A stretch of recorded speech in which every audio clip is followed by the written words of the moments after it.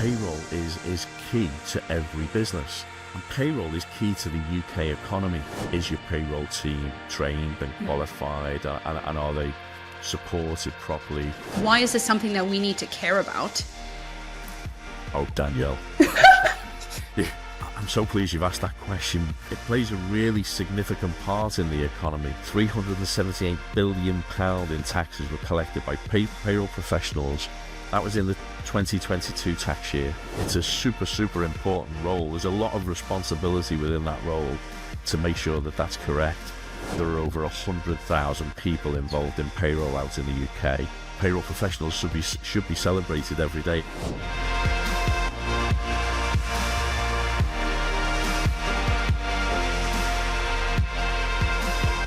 Hello and welcome to another episode of the Inspiring Industry podcast, where we share our conversations with leaders from around the globe. I'm your host, Danielle Champ, and we've got a unique episode in store for you. This month, we're partnering with the Chartered Institute of Payroll Professionals to discuss the unsung heroes of industry. As unassuming as it sounds, payroll is actually a critical aspect to the global economy, and one that millions of businesses, organizations, and institutions depend on. As such, the CIPP is on a mission to lead the future of payroll and pension professionals through education, membership, and recognition.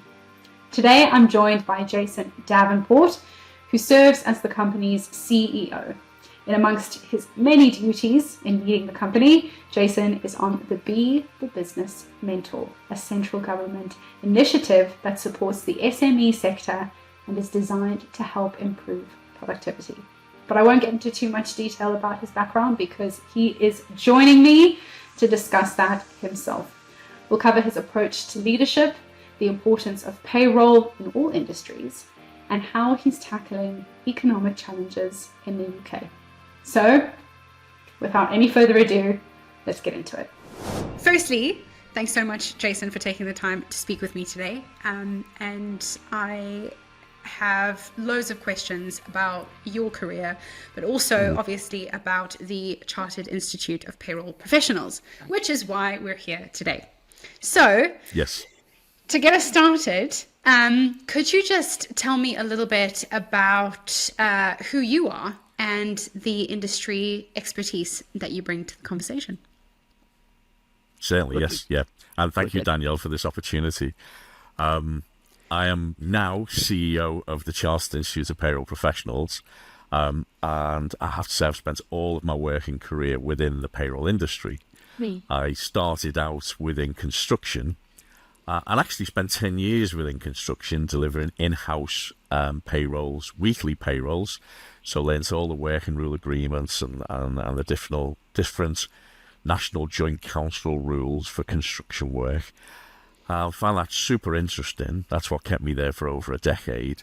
Worked with big national builders such as Wimpey Construction and Tarmac Construction. As I looked around me, it was in those industries, it was surveyors and engineers that really got to the top tier. And I wanted to do that myself. So I looked at, okay, what am I going to do with my career to further support that development? Yeah. And I have to say, at that time, I also became aware of the British Payroll Managers Association. I reached out to find out what association supports me. The engineers and the surveyors, they had their royal bodies with all kinds of updates and newsletters and information. So that was some years ago, and the CIPP, as it is today, started out, one of their incarnations was the BPMA. And I remember picking up the newsletters and reading these individuals that produced the newsletters were, wow, gods in my industry. Yeah. And later on in my career, I got to meet them and work with them, which was fantastic. But so after spending 10 years within construction, I then looked around me to see where would be better to further develop my career. Outsourcing, business process outsourcing was starting to build up as a real key initiative. And so I looked at the outsourcers within the market to decide who I would want to work with. So it wasn't just to join one, it was assess what was available. And one of the businesses then, which actually isn't in existence today, was a business called CMG, an Anglo-Dutch corporation. They later joined with Logica, and now they're CGI, a much bigger organization, worldwide organization. But back then, what really drew me to the business was it was a meritocracy. So the work that you put in, the approach that you took, how much you drove within that business and how far you got really was up to you. And I saw that as a fantastic philosophy to live by, just if it was somewhere I could land, I could work hard and I could push forward. And I had the opportunity to become a director of that business as well. So having spent time in, I actually went through a formal training program and became an associate director there, which was incredibly rewarding to be given my own P&L and my own business area. And that was when I started to learn all different types of payroll. And I thought I'd been in construction for so long, I knew what there was to know. And then I came across many other industries like finance, like oil and gas, public sector areas. And it was so different. I was learning all the time. I really found that incredibly rewarding again, because, for me, one of my philosophies is every day is a school day. So you're always learning. And so every day there was a new challenge, and enjoy that. And because CMG was an Anglo-Dutch corporation, they also had some European opportunities. And with them, I got to work on a deal across France, Netherlands and Belgium, when they were looking to put in a bid to win a contract with a client across those countries. And I didn't have any view on European payroll at the time, but put my hand up and being willing. A question was asked by a director at the time, who knows anything about French payroll? I put my hand up and they said, what do you know? I said, I don't, but get me in there and I will. So the following week I was in Paris. So fantastic. And actually, we weren't able to deliver within Belgium because we didn't have an operation in Belgium, but we outsourced. And so I owned that subcontract. I went out, I looked at the markets, I found out. It was that opportunity to go and find the freedom to act, the freedom to drive those opportunities forward. That's what I really enjoyed. And having won that contract, delivered the contract, so serviced it for many years, it gave me that appetite for more international work. And I then joined a business that was looking at global operations, so not just within Europe, actually right across the globe. The philosophy there was following the sun. So if they were a global operation with employees all across, then in providing services to them, we had to have the same capability that wherever the employee may be based, in talking to a shared service centre, that area could support them. So I then had the opportunity to work out in India and the Philippines, out in America, across many other areas of Europe, and help develop shared service centres, help work on projects that were delivering to clients across, as many as 47, as many as 127 countries at one time, and that was, again, very exciting, and actually broadened my opportunities to allow me to also undertake different roles. So having ran operations within the UK and then developed shared service centres in other countries with those teams, I also worked on product development, and I got to understand much more about the technical side of product development and how the customer experience interacts with that and actually drives how that should feel. So all that technology that goes on in the background, but you just push a button to move from page to page. There's an awful lot, that goes on behind that. Understanding more of that, working with those teams. Actually, they speak a different language. So I come in with English and they come in with techie speak, and we managed to make that work. And also got involved in lots of sales and business development as well as part of that. So that my career in that way, really satisfied with my career in the way that it was working, and wanted to give back. So actually was associated with the Chartered Institute for some years because I was very happy to get up and speak and talk at different events and help to promote the profession. And I became a non-exec director some years ago. I actually served on the board of the CIPP between 2012 and 2021. I did 3 years of 3 terms, which is the approach that they take to keep fresh blood coming through. Really enjoyed my time on the board. Very different approach than when you're looking at the strategy of an organization rather than the internal operations of it. I ran my own consultancy for a number of years, and it was at that time when the previous CEO put his hand up and said, I'm ready to retire. So I put my application in, and thankfully was shortlisted, and thankfully then was given an offer and joined the CEO in July last year. So this is just coming up to 9 months. Fine. Is that the incubation period, or is that? But really pleased to be here and to be representing the industry now. Yeah, that's awesome. That is awesome, Jason. And you've said before that in the UK, the CIPP has over 6,500 members. Yes. From what you've described about the organization, are there any others similar? Because those numbers are pretty substantial. So it kind of leads me to believe that the company is unique within the sector.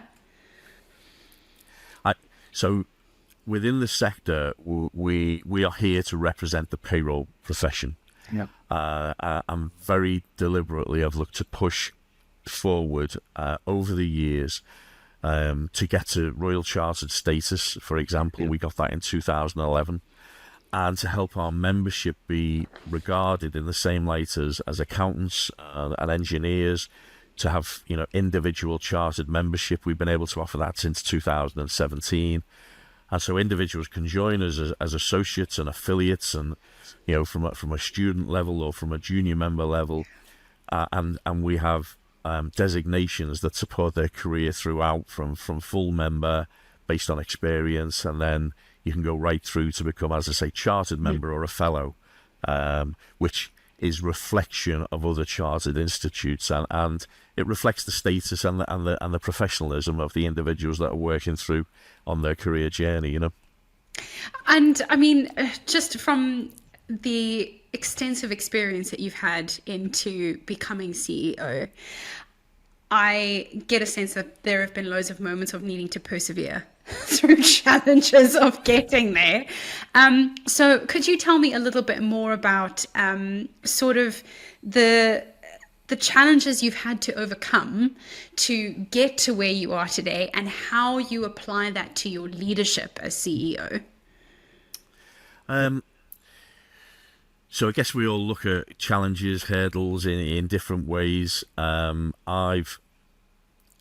grounding that I got in CMG and that working in a meritocracy really it empowered me in a lot of ways. It gave me that empowerment to feel you've got freedom to act. You have the ability to step forward, and as you work with people, you work with some super talented people. And obviously look and take coaching, take experience from themselves as well. I've been incredibly fortunate to have some great mentors across my years in business, who, and I think everybody at some time should be a mentor and should be mentored. I'm actually part of the UK government's have a Be the Business scheme, which was established to try and develop SMEs because of our productivity within the UK has been dropping. And so I'm a mentor within that, and I've been able to support really different industries, different MDs and CTOs, and working with them. I have to say, as the opportunity I have is because of an independent view to support them and provide some additional thinking. But I get as much out of the relationship as they do in terms of development, etc. Because we're all learning together that way.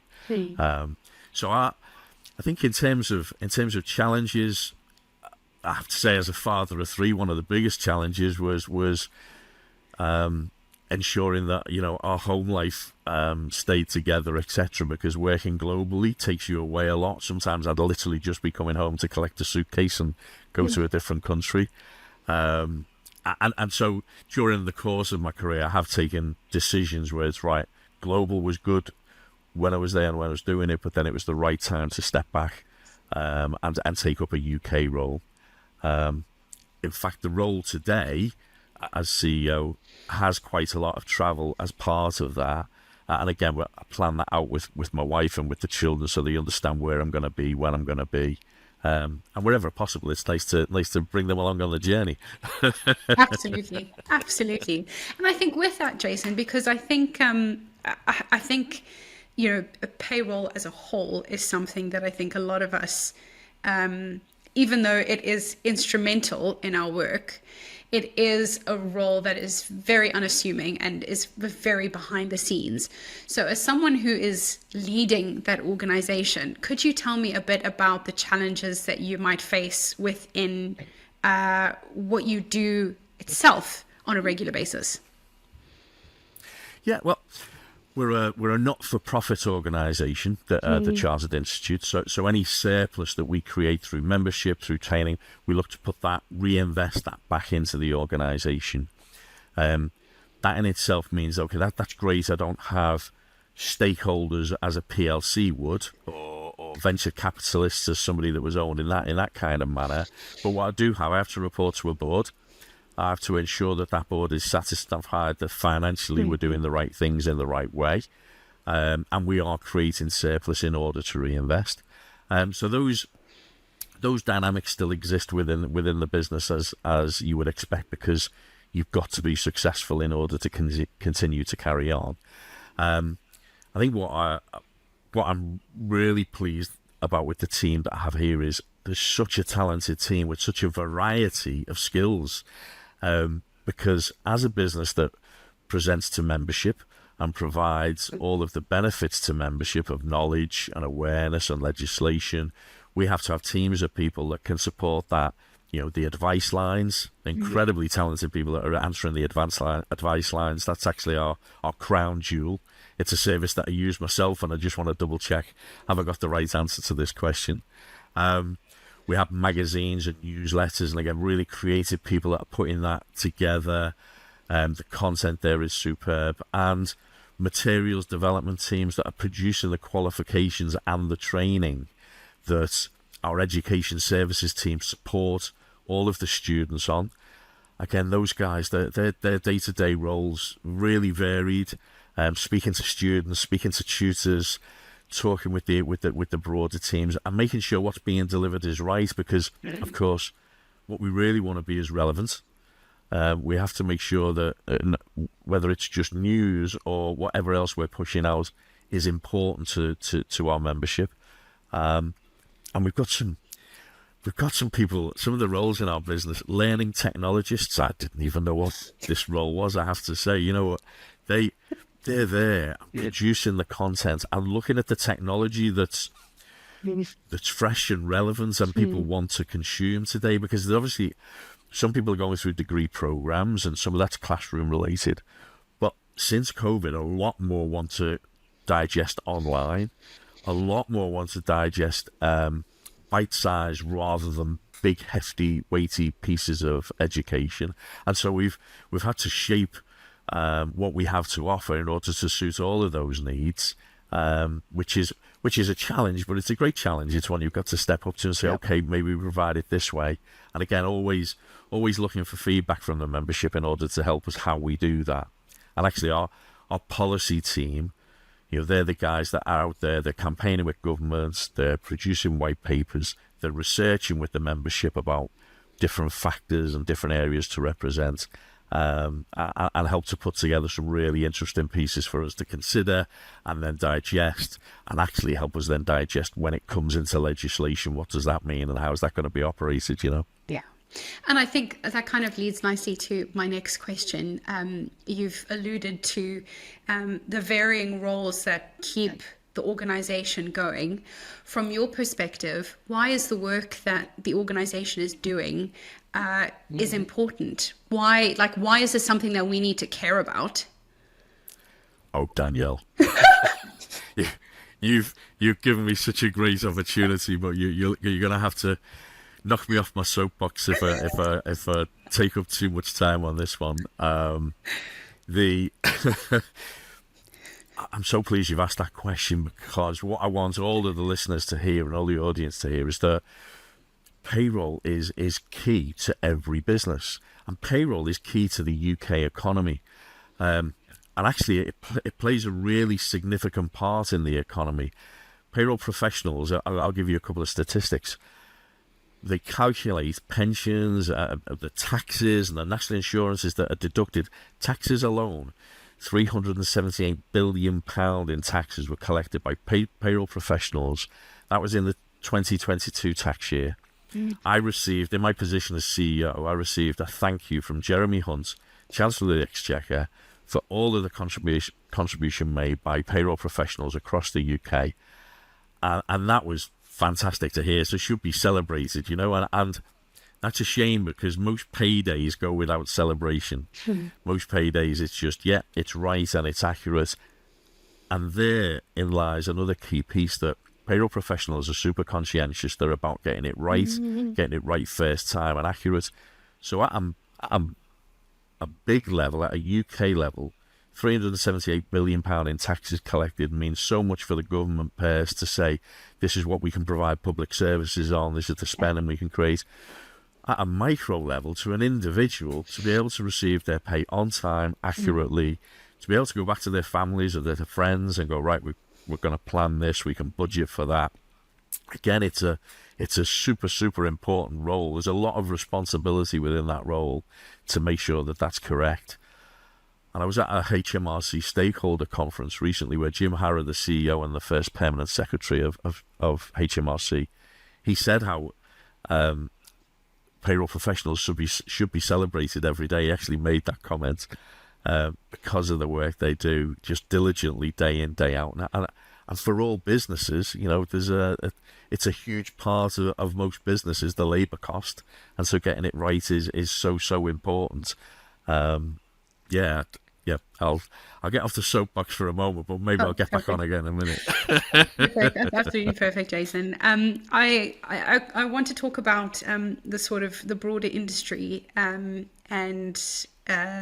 sort of the organization, how it's being impacted, and one of the topics at the moment, one of the big struggles, is training and apprenticeships, which is obviously one of the CIPP's specialties, if you will. And I wanted to get an understanding for whether it's impacting the company, and if so, how you're tackling that, and encouraging people to become more excited about payroll. Yeah. Well, for me, the excitement doesn't stop. Yeah. But we've actually recently developed a hashtag choose payroll, and we put that out there for a number of reasons. Firstly, because for the majority of individuals that you speak to about how they landed in payroll, they didn't choose it. They landed in payroll. They started in an office job, and it was accounts or it was payroll, and it evolved in that way. Very few people actually go, right, I want to be a payroll professional, and that's a key thing for us to change. It's a key driver and objective of my own, to ensure that new entrants to industry are understanding the opportunities that it provides. You know, I've had something of a squealy career myself, in having worked in software development, I've worked in sales, I've worked in operations, and all of those experiences have helped me in becoming the CEO of CIPP, to have that breadth, and that breadth of view allows me to talk to senior stakeholders in HMRC and what have you. But having individuals excited about the payroll profession in itself, recognising it's different to accountancy. There's huge amounts of legislation that changes every year that you have to be aware of, especially when we have special budgets that come in, both post-autumn and spring, and the changes that need to be delivered from those, so we want to get that message out, and actually we've got a number of campaigns running around that, and one which is super close to my heart is about financial awareness. You know, we're in a cost of living crisis. Everybody's concerned about budgeting and understanding more about financial cost. And actually, we see that so many people come into the workplace and actually don't understand tax and national insurance. You know, what is this all about? I've left school, I'm now into a working environment, and now I'm having deductions taken. So we're looking to develop online programs that support 16 to 18-year-olds, starting with understanding your payslip, and actually understanding what those contributions are, what contributes to your net pay, and that will be the start of a number of financial awareness streams around budgeting and planning. Because I guess I put my hand on my heart and suggest a high proportion of individuals would go to the home and say, Mum, Dad, I don't understand my payslip. Can you explain it to me? And Mum and Dad wouldn't be able to explain it. They just work from the net pay. But your payslip is a legal document, and it's super important that that is correct and right, because it allows you the freedom to then do what you're doing and also know the contribution that you're making to society through the taxes that are being paid, etc., is super important. So we want to create awareness and understanding for school leavers. We also fully support apprenticeship programs, and we're an awarding organisation. So as an endpoint assessor, we award and can review, moderate and assess the apprenticeships that are out in industry. So when the apprentices are going through that, our team will review and they'll provide the certification, the support all around that, which is, I think, working with industry to making sure that we're making that, again, as clean as possible, as positive as possible, and actually our awarding organisation within the IPP education area of CIPP, which is the trading arm of CIPP, gets fantastic accolades all the time about just how well those apprenticeships feel they're being supported. And I have to say, with our diploma, with our training, all of that, we couldn't do any of that without our tutors and trainers. And our tutors and trainers, they're individuals out in industry that give up their time to then take up a cohort and tutor and train. And they are fantastic individuals as well for what they deliver. And that's nationally, across the whole of the UK. You made mention of the government, and obviously last week we had the budget statement. So I think with something like you say, something that is so critical to a lot of our livelihoods, and there does seem to be a bit of a disconnect between knowing what the certain government deductions go towards and the education on that. What do you think government could be doing more when it comes to, I suppose, management or information or just supporting the organisation?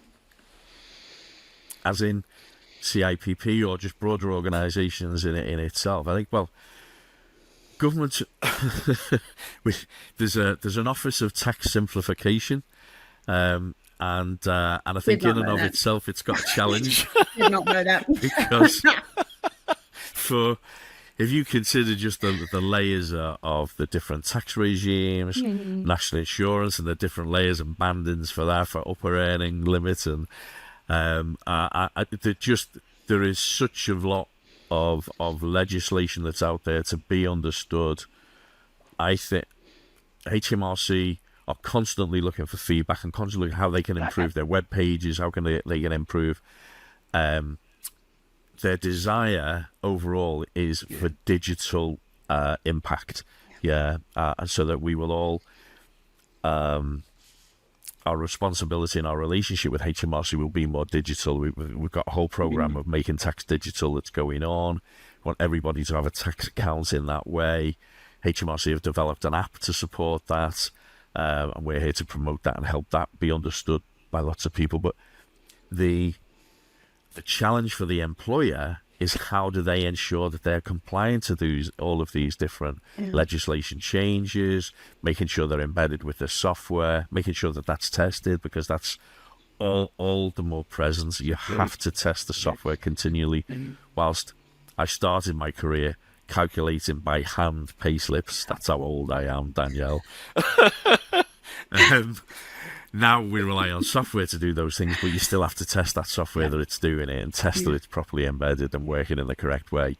And so my appeal out to industry is your payroll team trained and qualified, and are they supported properly? Are they a member, and therefore getting those updates, etc. You mentioned that we're around 6,500 in members.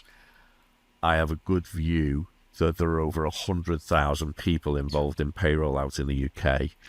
A lot of those will be at small micro businesses, so between 1 and 10 people, and they'll have to do not just payroll but the accounts and the HR and the health and safety. They probably wear many hats. There's a lot of individuals that are just doing payroll but may not have formal qualification or may not belong to a membership body such as ourselves that can fully support them in their journey. And as I say, the advice line there to ask questions of, etc. So I would encourage employers to look and challenge, are we compliant? Do we know we're compliant? Are we part of the CIPP? Because it's a great body to support their payroll professionals. I love that. So, I think there's a lot going on in the industry at the moment. When you look towards 2024 and beyond that, what are your hopes? What are your visions for the organization? Well, we're as well as wanting to grow membership, reach more people, make sure that payroll is recognized as a career choice, and people want to drive to that and see it as a really valuable place to land. We work with a number of institutions across the globe as well. So we work with the American Payroll Association, that's known as Payroll.org, the Canadian version, which is the National Payroll Institute, South Africa and Australia, as well as in other countries besides. And importantly, talking with them, keeping in touch. Whilst we all have different tax systems, we're all working towards the same aim. And and it's interesting that what we see a lot of as well in recent years, the government has done a lot around auto enrolment to make sure that people do have some kind of a pension pot for the future following employment.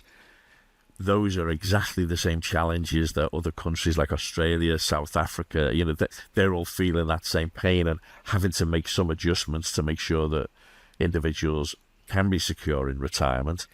And so we work together collectively on lots of things like that. And I'll give you one initiative that's come through recently from America, which is all about data analysis. So if you think about payroll and the contribution within within a business, it's often the largest cost. Being able to analyze that data and understand what's happening is really important, because you've got so much quality data there, and then you can make decisions based on that. Well, working with our American associates, they've actually developed a really good course, which we've now delivered in the UK, and Australia are going to be the next to deliver it, and hopefully more before it, because it translates so easily across borders, because it's about looking at the core data and making decisions around that. So that type of thing has been really exciting to be able to share for our members and for them to take advantage of, I love that. We're coming up to one of the questions that I absolutely love asking. And I think that our listeners will be able to kind of, pick up on your personality and your charisma and your passion for what you do.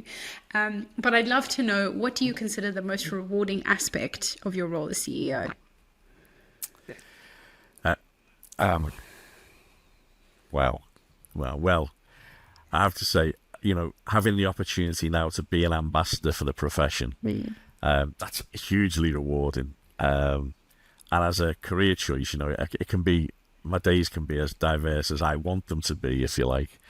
If I could just give you an example of this week, and then bring me back to the core question, because I'll go off piece. But this week, as an example, I was invited to. I'm a rugby fan. I'm a rugby coach. I was invited to the Six Nations for the Wales-France game, which I got to go to, and I met Sir Gareth Edwards there, which was wonderful to meet him as a real Welsh superstar. Then also in my role, I'm a member of the Leaders' Council, which is chaired by Sir David Blunkett. I went to an event there this week that Johnny Wilkinson was speaking at, so the 2003 World Cup winner. And he was talking about his philosophies in life and that for everybody there in the audience. I have to say there was quite a swell of rugby fans in the audience. I can imagine. and Danielle, yesterday, my bank manager, the CIPP bank manager, happens to be a Liverpool fan. He had a spare ticket. I'm a Liverpool fan. And we got to go and see them beat Sparta Prague 6-1.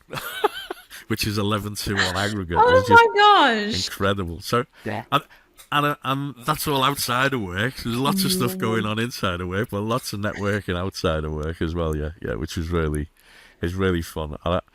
It's I think the diversity, I think the opportunity to represent the profession as something that I've been invested in all my life. This is absolutely where I want to be, and to make sure I'm for it to resonate with people.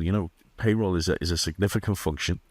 It's about getting it right and right first time, and it makes a huge contribution to both the UK economy, but to individual households. Yeah, I think that's just it. Thank you for this conversation, Jason, because I think what you've shared has definitely, in my mind, has reframed how I see payroll, and that, the number that shows up in our bank accounts once a month, there's a process behind that, and there's considered conscientiousness in making sure that number is spot on. And so I think that this conversation just, I think, kind of platforms the work that goes into that number, and that number is for thousands of us across the country. So thank you for this conversation. It's been very insightful, if not just for me, then I think for others out there as well. No, thank you very much, Danielle. Really appreciate the opportunity to talk to your listeners. That is a pleasure. This podcast episode is brought to you by Fine Lined Media. Inspiring Industry is written and hosted by Danielle Champ. Our sound engineer and videographer is Gavin Mitchell. Lee Prothero is our creative lead, and he's joined by Jamie Alvin, our graphics designer. Rosie Clegg and Sarah Rudge are our digital marketing executives. And we'd like to extend a special thanks to our assistant editor, Mary Float, and our editor, Libby Hammond. The views, information, and opinions expressed during this episode are solely those of the individuals involved and do not necessarily represent those of Fine Lined Media and its team.